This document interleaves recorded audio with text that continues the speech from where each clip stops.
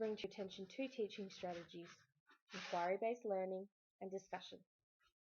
Inquiry-based learning was originally a strategy used in health sciences to encourage medical students to develop their research and problem-solving skills. Now, of course, this strategy is readily used across all forms of schooling. Students investigate problems, use other learners to discuss their discoveries and experiences, and reflect on knowledge gained from the solution. A key feature of this strategy is use of phases or steps the students must take in order to scaffold their learning. These steps are a compelling question, an investigation phase, a creative phase, a discussion phase, and a reflective phase.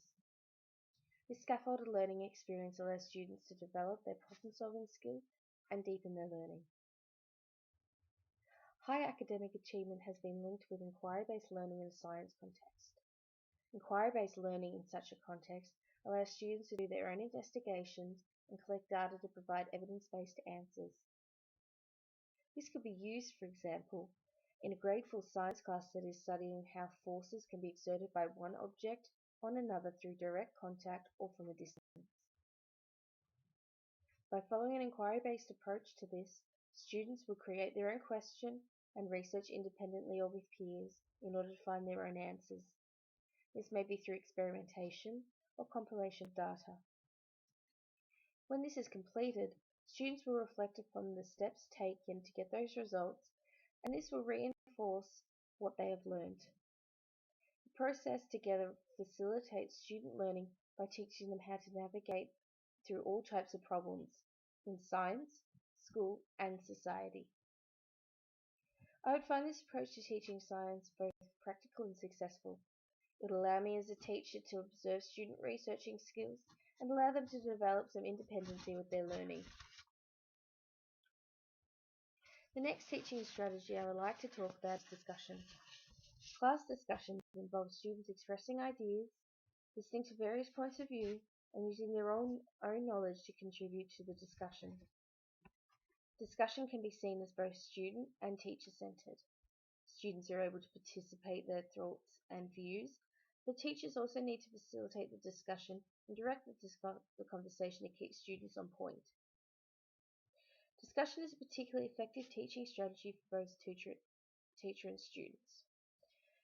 Group discussion allows students to share their opinions and hear ideas that may challenge their thinking. It can also prompt students to think in new and creative ways in order to compete with the challenge set by other students' views.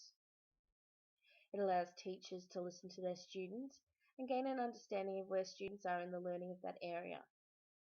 This strategy can be used as a way to promote deeper thinking in students. An effective discussion leaves a problem open-ended in order to encourage students to inquire further.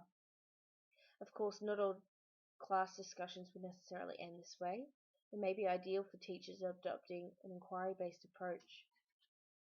Such open-ended problems may inspire students to solve an issue the class discussed. I would use it to introduce a topic to my students before sending them off to research more about it, or I would have a discussion at the end of a sequence to give students a chance to report their findings and discuss their thinking with the rest of the class. There are a few subject areas where I think discussion could be implemented successfully.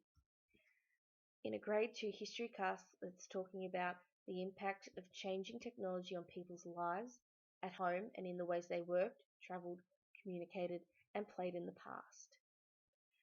Discussion would be a great way to gain students' attention and allow them to begin to think of how technology may have changed over the years. This would then be followed with an inquiry-based approach in which students would formulate their own questions or problems and research it. Both inquiry-based learning and discussion are effective teaching strategies. Teachers implement one strategy, but it's usually paired with another. This was seen when I used discussion to introduce a history sequence and plan to follow an inquiry-based approach. Thank you for your time.